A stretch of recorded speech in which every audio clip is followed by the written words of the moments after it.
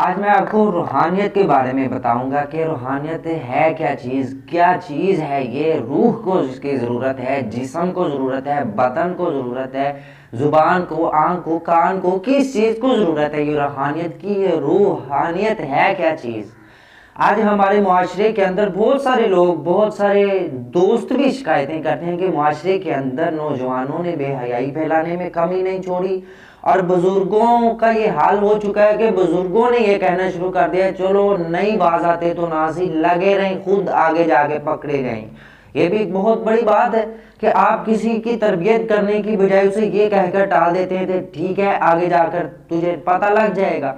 और नौजवान से कहा जाए कि आप ये काम ना करेंगे, बुरा काम है, तो वो पंजाबी के अंदर कहता है जो होगा देखी जाएगी, टेढ़ी होगी देखी जाएगी। क़यामत वाले दिन जो जो होगा देखी जाएगी, तब देखी नहीं जाएगी, तब परखी जाएगी कि आपको जो सजा मिल रही है वो मिलनी ही मिलनी। देखी नहीं जाएगी कि आप कोई एमपी या कोई एमएनए को बुलाकर आप उस सजा को कम करेंगे, आपकी वो सजा नहीं कम हो पाएगी।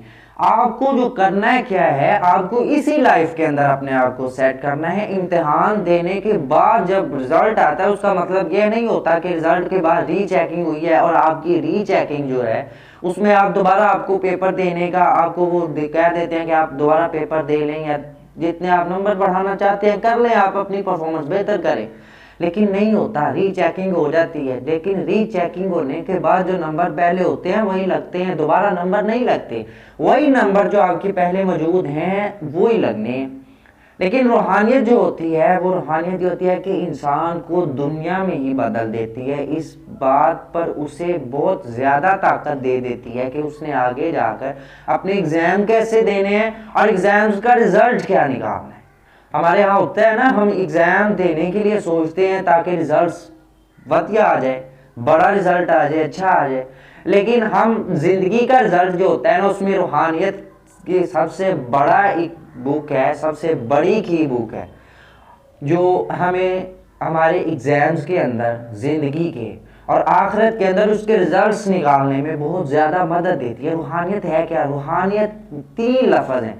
एक रूह इसमें शामिल है और एक लफ्ज़ अलिफ शामिल है और लफ्ज़ नियत शामिल है। यानी कि रूह बा नियत, बा का जो अलिफ है वो इसमें आया है कि इंसान की रूह का ताल्लुक इंसान की नीयत से है कि वो किस किस्म की नीयत करते हैं। और दूसरी तरफ यानी कि रूहानियत का मतलब है कि इंसान अपनी रूह से जो नीयत करता है, रूह से जो नीयत करता है वो ही उसका अमल ठीक या गलत होने पे डिपेंड करता है कि इसने नीयत किस चीज़ की की। और दूसरी तरफ हमारे नबी अकरम सल्लल्लाहु अलैहि वसल्लम ने फरमाया कि इंसान की तमाम तर खूबियों, खामियों और हर चीज़, हर काम का दारोमदार जो है वो नीयतों पर होता है कि इंसान नीयत कैसे करता है।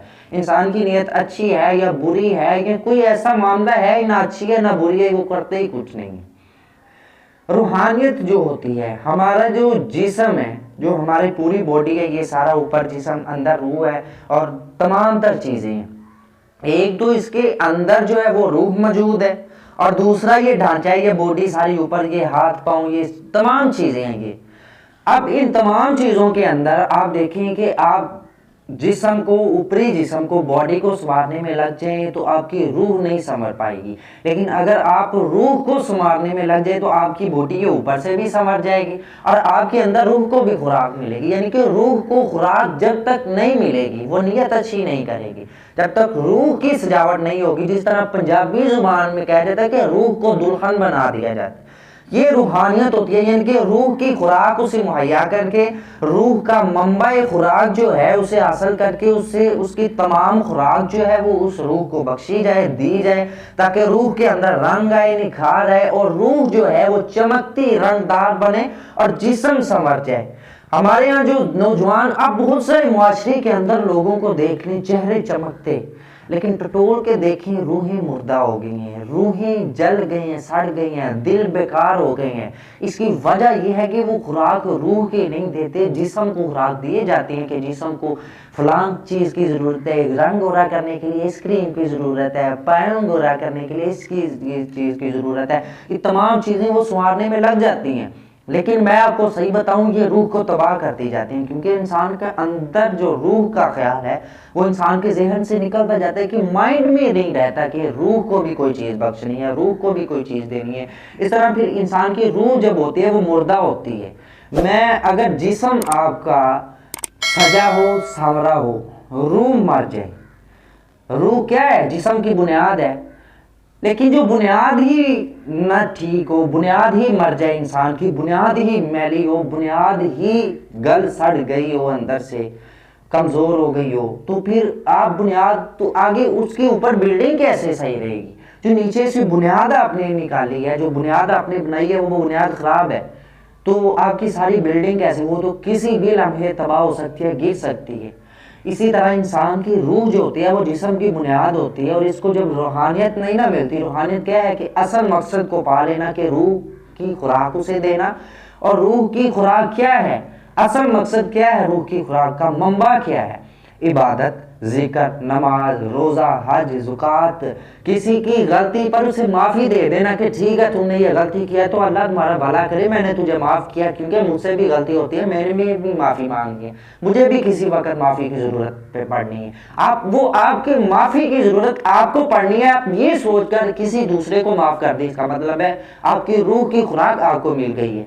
लेकिन अगर आप ये समझ कर कि इसने गलती की है तो बस की है, मेरे साथ जुल्म किया है तो किया, मैंने इसे माफ़ी नहीं देनी, इसका मतलब है आप अपनी रूह की खुराक उसे नहीं दे रहे। रूह की खुराक वो तमाम चीज़ें हैं, वो तमाम चीज़ें हैं जो दूसरों के लिए फ़ायदेमंद हो। मैंने किसी को माफ़ी दी, वो आगे जाके उससे उसका हिसाब नहीं होगा, इसलिए उसका फ़ायदा हुआ, इसका मतलब है कि उसके फ़ायदे में आपकी रूह को फ़ायदा मिल गया, आपकी रूह को खुराक मिल गई। ये होती है रूहानियत। किसी की इबादत क्या है? इबादत करने से आप सजदा करेंगे, सजदा करें आपकी नेकियां लिखी जाएंगी, लेकिन रब की इबादत जो होती है ना, रब की इबादत, उसका फ़ायदा भी आपको होता है, खुराक भी आपकी रूह को मिले। लेकिन जो लोगों की इबादत होती है इसमें उसको भी फ़ायदा होता है और आपको भी फ़ायदा होता है। उसको फ़ायदा हुआ, आपने किसी पर होने वाले जुल्म को रोक दिया, उसे फ़ायदा हो गया, उस पर जुल्म नहीं हो रहा। लेकिन वही अगर आपने अल्लाह ताला की इबादत करनी है ना, नमाज पढ़नी है, तो नमाज पढ़ेंगे, इसका मतलब है सजदा किया है अल्लाह ताला के आगे, इसमें फ़ायदा किसका हो रहा है? आपका, क्योंकि अल्लाह ताला को आपकी इबादत का मोहताज नहीं है कि आप इबादत नहीं करेंगे तो कुछ अल्लाह ताला को कुछ माज़अल्लाह हो जाएगा, वो कुछ उसे नहीं इतनी ज़रूरत। उसे ज़रूरत यह है कि आप संवर जाएं, इबादत नमाज पढ़ेंगे, फ़ायदा आपको, रूह आपको सुकून मिलेगा। लेकिन आप किसी के पर होने वाले जुल्म को रोक रहे हैं, उस पर जुल्म होने वाला जो है उसे जो चोट मिल रही है वो भी रुक गई, आपकी रूह को भी उसका स्वाब मिला, आपको रूह को तस्कीन मिल गई, यानी कि आपने रूहानियत हासिल कर ली। यानी कि तमाम बुरे काम को छोड़ देना और लज्जत, नेकी में लज्जत तलाश करना। एक होता है ना बामजबूरी इंसान बुरे काम छोड़ता है, ये होता है रूहानियत हासिल करने के रास्ते पर चल पड़ा है। लेकिन जब बामजबूरी नहीं ना छोड़ता, जब उसे पता था कि ये गलत है तो गलत है, फिर करना ही नहीं है, क्योंकि गलत काम नहीं करना, ये होता है उसके माइंड का सेट हो गया होता है कि ये गलत काम है, ये नहीं करना।